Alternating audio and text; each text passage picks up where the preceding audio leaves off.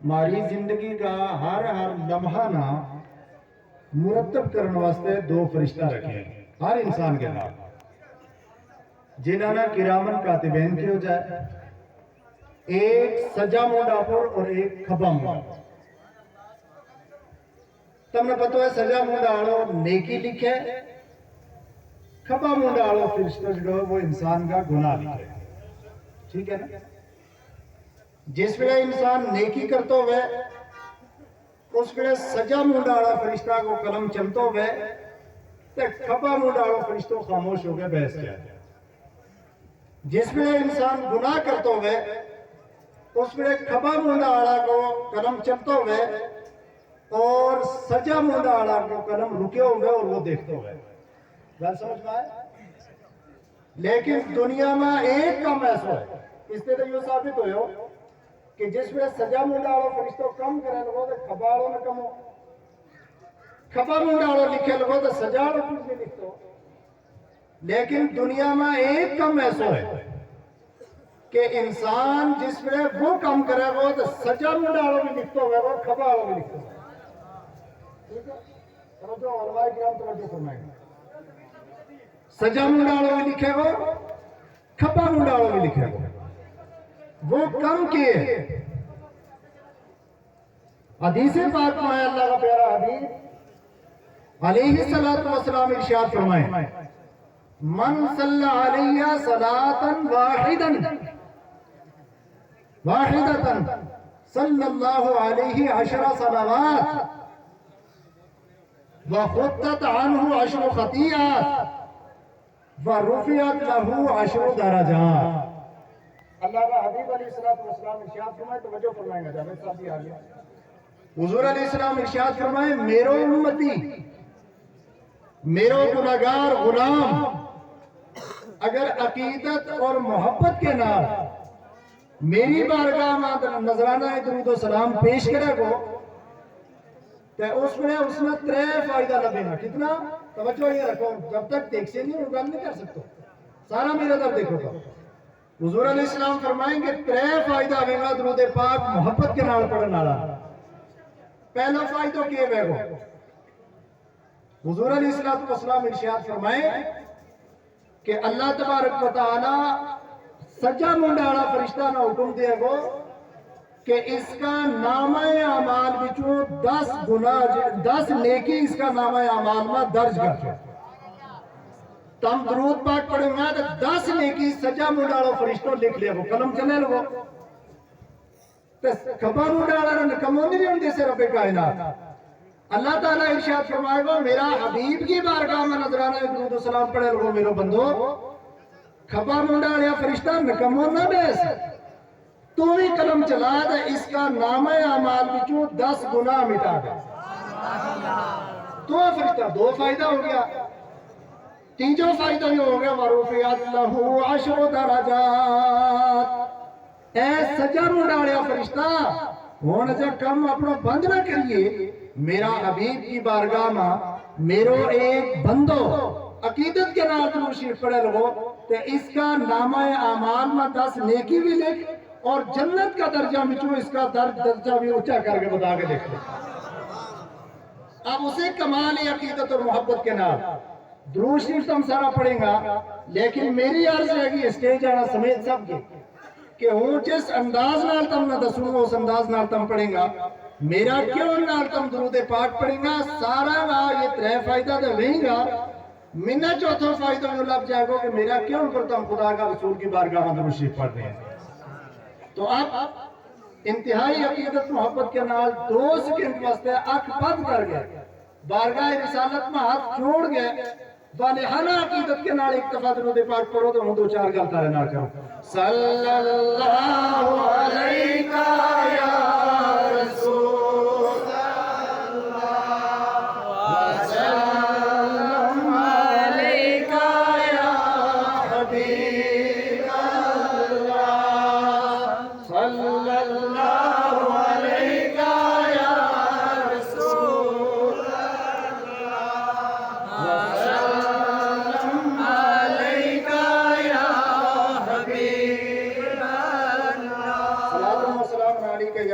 اللہ صلی اللہ علیہ وسلم علیہ یا حبیب اللہ میں وہ آیت کریمہ پڑھی ہے قرآن پاک وچوں جس آیت کریمہ نہ پڑھ گئے حضرت مفتی غلام محی الدین صاحب نے اپنی گفتگو بند کی ہے. آیت کریمہ ما آتاکم الرسول فخذوه وما نہاکم عنہ فانتہوا. خطاب حملہ ہے اے میرا بندو میرو رسول تم نہ جڑو کچھ دے وہ لے لیو جس نے میرو رسول تم نہ ڈکے اس چیز دے باز آ جا. اب رسول نے کہہ دی تو اللہ تبارک و تعالیٰ نے اپنا حبیب نہ اختیار عطا فرمایا تو کنٹرول عطا فرمایا تو کس کس چیز کو اختیار عطا فرمایا تو اگر اس پاسے ہو جاؤں تو تقریر بڑی لمبی ہو جائے گی. ایک حدیث پاک تے اس کے بعد وہ تھارا کم واسطے حضور علیہ السلام نے تم نہ کی عطا فرمایا وہ گل کروں گا تو پھر اپنی گفتگو نہ ختم کر دوں. حضور علیہ السلام کی بارگاہ میں ایک صحابی تھا وہ حضور علیہ السلام واسطے کوزہ میں پانی پیش کرے میں تھا. آقا دو جہاں علیہ السلام وضو فرمائے میں. ایک دن حضور علیہ السلام کی رحمت جوش میں آ گئی. وضو کیو تو وضو کرنے کے بعد ارشاد فرمائے صلی یا ربیہ حضرت ربیہ اسلمی اے ربیہ اسلمی منگ کے منگو چاہے. حضرت ربیہ اسلمی کے اسألک مرافقتک فی الجنہ یا رسول اللہ دنیا میں جس طرح تارو خادم ہو تم اگر عطائی کرن پر آیا ہے تو قیامت میں جنت میں بھی مینا اپنی خدمت میں قبول فرما لیا. آقا ارشاد فرمائے ہوا ذا اس کے علاوہ بھی کچھ لوڑے تو صحابی رسول عرض کریں ہوا ذا کہ یا رسول اللہ جب تم مل گیا تھاری خدمت مل گئی تو اور کا کنے لوڑ سکتا. اب آقا دو جہاں علیہ السلام نکتو دے ارشاد فرمائے قرآن کیا نا جو کوئی رسول نے عطا فرمایا وہ لے لیو. اب رسول ارشاد فرمائے فَأَعِنِّي عَلَىٰ ذَلِكَ بِكَثْرَةِ السُّجُودِ. اب قیامت تک ربیہ اسلمی تے پانی پیش کرے میں تھا قیامت تک کا مسلمانوں واسطے قائد عطا فرمایا میرا رسول نے کہ جڑو قیامت کے دن محمد رسول اللہ کی غلامی میں رہنا چاہتے ہوئے اس کے واسطے ایک قائد عطا فرماؤں کو وہ لے لیو. وہ کیا فَإِنِّي عَلَىٰ ذَلِكَ بِكَثْرَةِ السُّجُودِ. اے ربیہ قیامت تک کا مسلمانوں نے کہہ چھوڑو جڑو کثرت کے نال خدا کی بارگاہ میں سجدہ کرتے رہے وہ قیامت کے دن میری خدمت میں ہوئے. سبحان اللہ. اگلی بات حضرت ابو ہریرہ رضی اللہ تعالیٰ عنہ روایت کریں کنٹرول کتنا عطا فرمایا تھا. حضرت ابو ہریرہ رضی اللہ تعالیٰ عنہ ارشاد فرمائے حج کو مہینہ چلے لگو. مفتی صاحب نے بھی حج کی گل کی تھی ہوں گی ایک کرتا میں دسوں. آقا دو جہاں علیہ السلام کی بارگاہ میں صحابہ بیٹھا میں حضور علیہ السلام ایک حکم فرمائے وہ کہ ان اللہ قد فرض علیکم الحج فحجو. اے لوگوں تھارے پر اللہ تعالیٰ نے حج فرض کر چھوڑے اور حج کریا گیا. فرمایو تھارے پر آج دے بعد حج فرض ہو گیا ہے لہذا تم حج کریا گیا. اب اس کی بڑی دوسری شرطیں جڑی کوئی دسی گئی کوئی دسی جائیں گی. حج کریا کرو. اب حضرت اقرا ابن حابس رضی اللہ تعالیٰ عنہ ایک صحابی ہیں بے بارگاہ رسالت میں کھانے کیوں کہ صحابہ تھا جڑا وہ دین کی گل سکھن واسطے بڑا حریص رہتا. وہ عرض کرے اکل عام یا رسول اللہ اے اللہ حبیب علیہ السلام حج دے ہر سال حج کو مینو آئے. کیا ہر سال حج فرض ہے ہمارے پر؟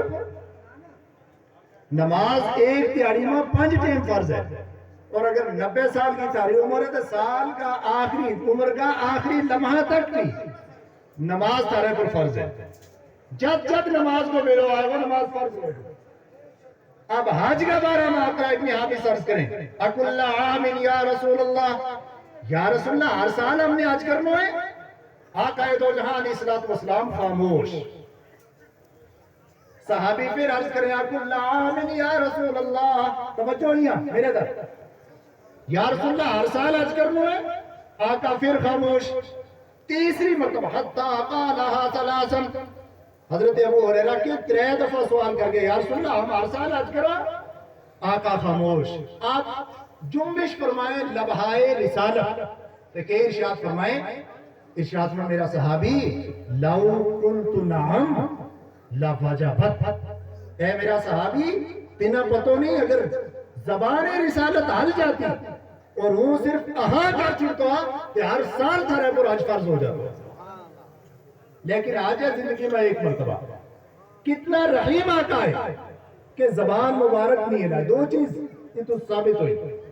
پہلی چیز یہ کہ حضور علیہ السلام نے اللہ تعالیٰ نے اپنا قانون واسطے باضابطہ مقنن بنایا تھا، قانون ساز، کہ نظام الہی ماں حضور علیہ السلام جنی چیز نہ چاہے حلال کرے، جس چیز نہ چاہے حرام کریں، جو اختیار عطا فرمائے ہو تائیں دے فرمائے ہو کہ وہ خاموش رہو میں اہاں نہیں کیوں. صحابی کہتے یا رسول اللہ ہر سال حج کرا، حضور فرمائے صرف اہاں کر چکا دے ہر سال فرض ہو جاتا. کتنا بڑا مرتبہ عطا فرمائے. دوسری چیز یہ کہ آقا ہے دو جہاں کتنا رحیم ہے مارے پر، کتنا کرم والا آقا ہے کہ وہ اہاں کہہ گئے ہر سال مارے پر آج نہیں فرض کی ہو، بلکہ حضور علیہ السلام نے فرمایا زندگی میں ایک مرتبہ صاحب استطاعت پر آج فرض ہے. اب حضور علیہ السلام نے ایک اور قانون عطا فرمایا. اس قانون کی ایک گل کر کے وہ اپنی گل ختم کر دی. وہ علماء کرام موجود ہیں. آقا دو جہاں علیہ السلام حکم یہ تو کہ رسول جڑوں کرتے وہ لے لے، جس چیز سے ڈکے اس کے باز آ جاؤ. اب حضور علیہ السلام ایک قانون عطا فرمایا.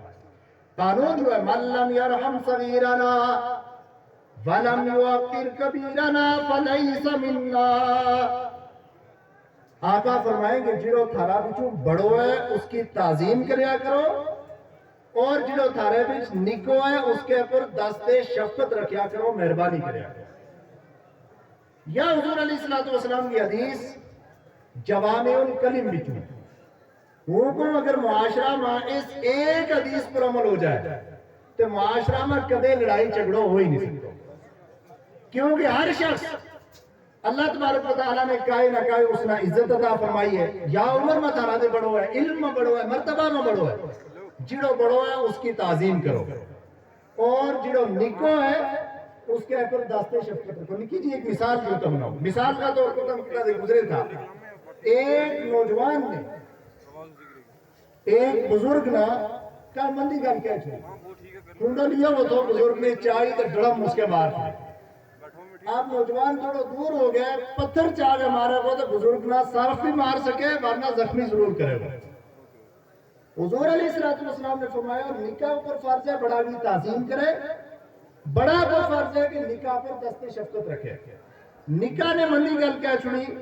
آپ بڑا کو فرض ہے نکاح ہونے ہوتا کہ عزت کرتا ہو، لیکن بڑا نے حضور علیہ السلام کی حدیث پر عمل کیو، ڈھونڈو نہیں مارے اور رک کیوں بچا تو نکو ہے، تعظیم تیرے پر واجب تھی لیکن تے تعظیم نہیں کی تو ہون میرے پر بھی تیرے پر شفقت کرنی واجب تھی.